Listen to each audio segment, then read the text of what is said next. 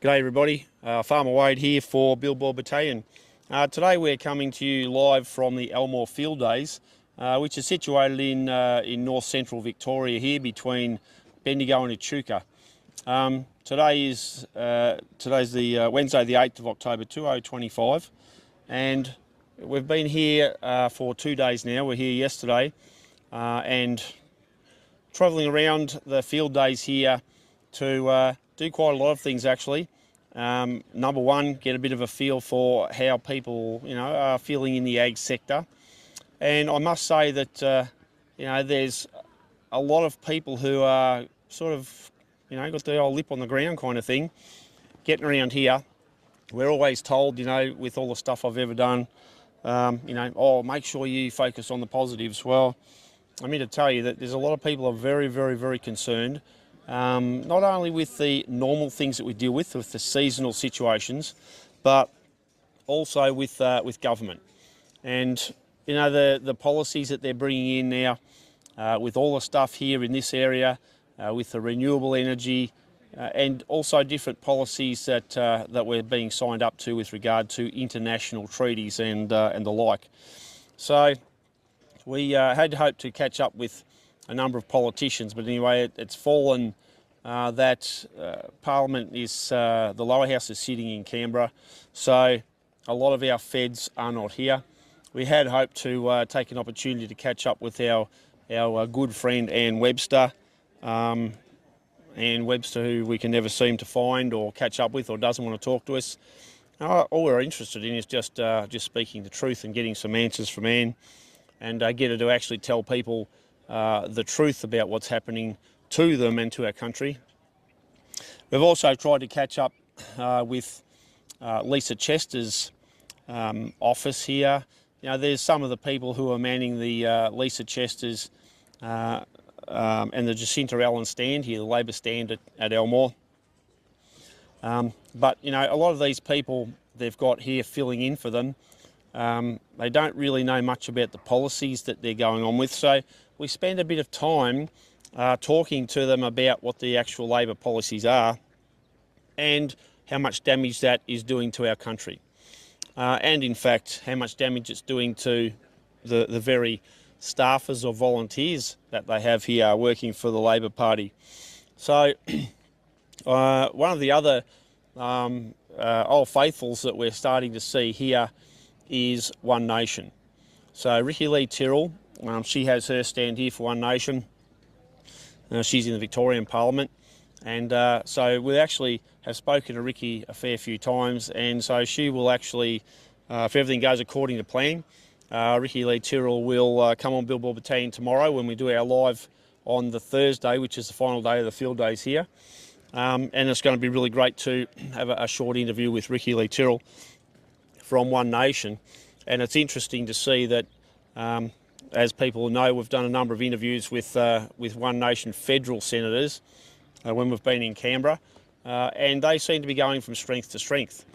And I think that it's fair to say that the National Party are really copping it in the chin, because One Nation's actually standing up and having a crack.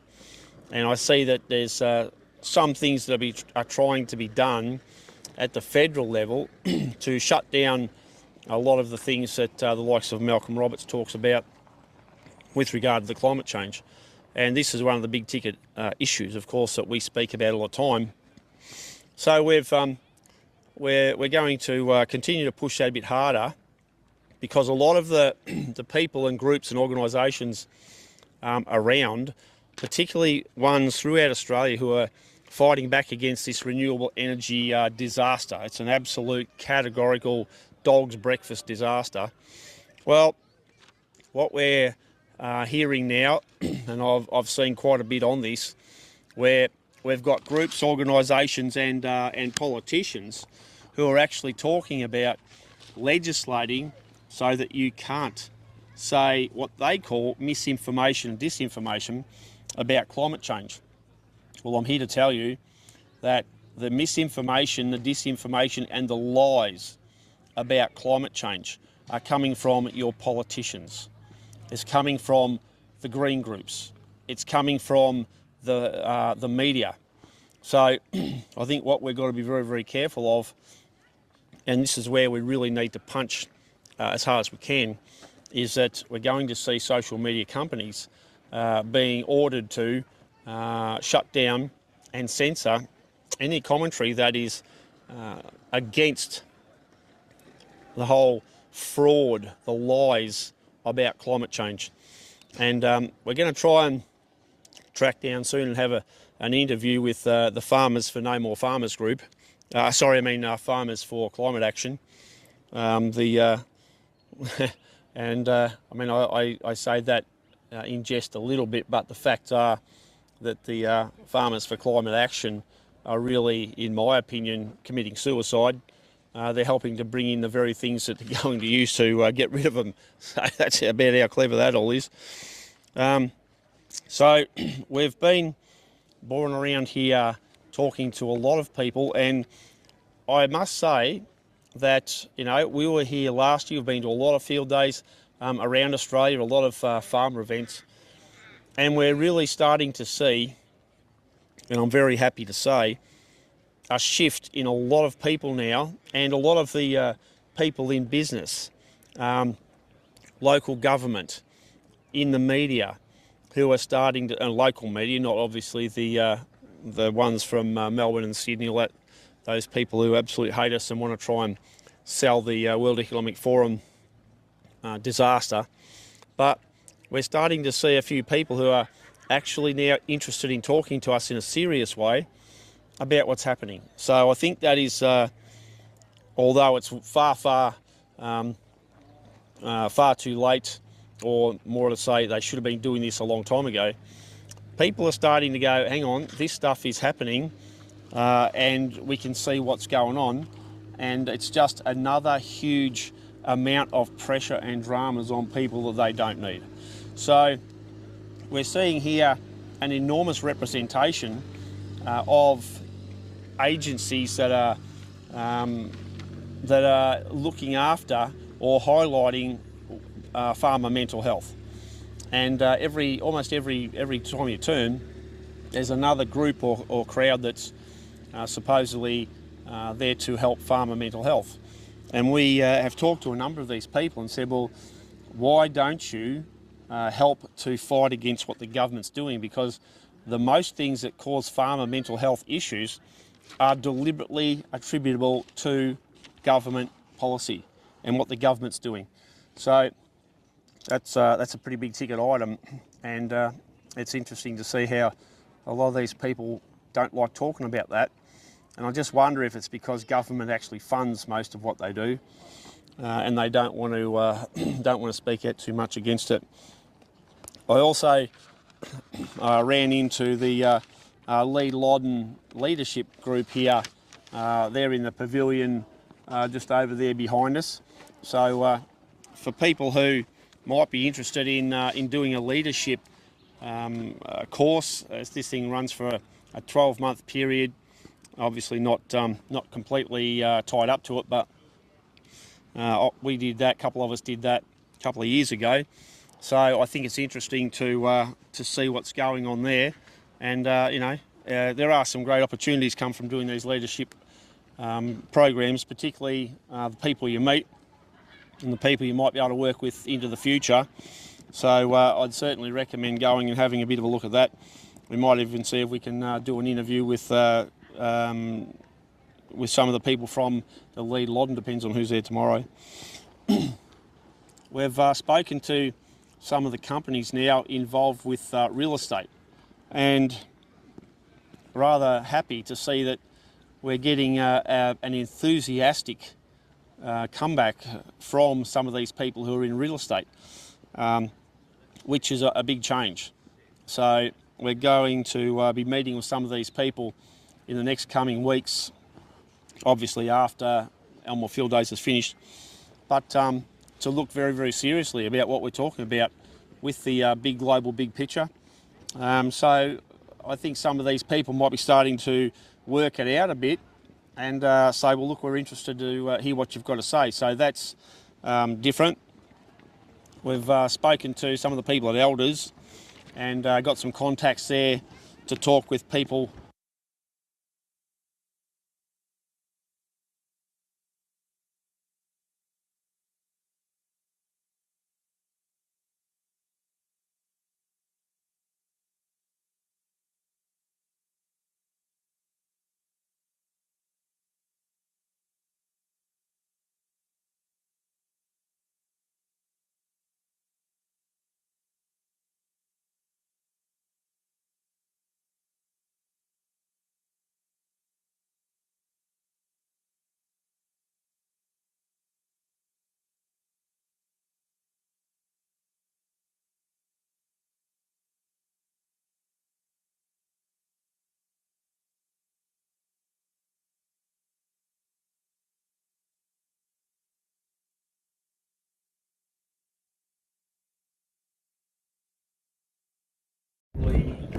inform people of what is happening in their businesses, as the banks are involved with their businesses.